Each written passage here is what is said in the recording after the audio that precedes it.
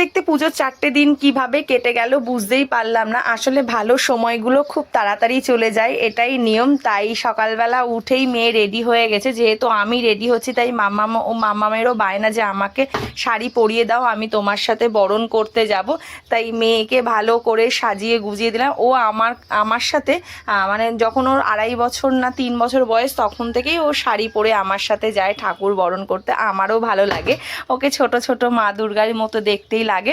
আর হঠাৎ দেখি মেয়ে রাত্রিবেলা উঠে কান্না করছে, যে কাঁদছিস কেন? না মা দুর্গা বাড়ি চলে যাচ্ছে, আমার কি হবে, কালকের থেকে ঠাকুর দেখতে পারবো না। আমি বলছি এটাই নিয়ম, আবার মা দুর্গা আসবে, আমরা 365 দিন আবার অপেক্ষা করি, মা চলে আসবে।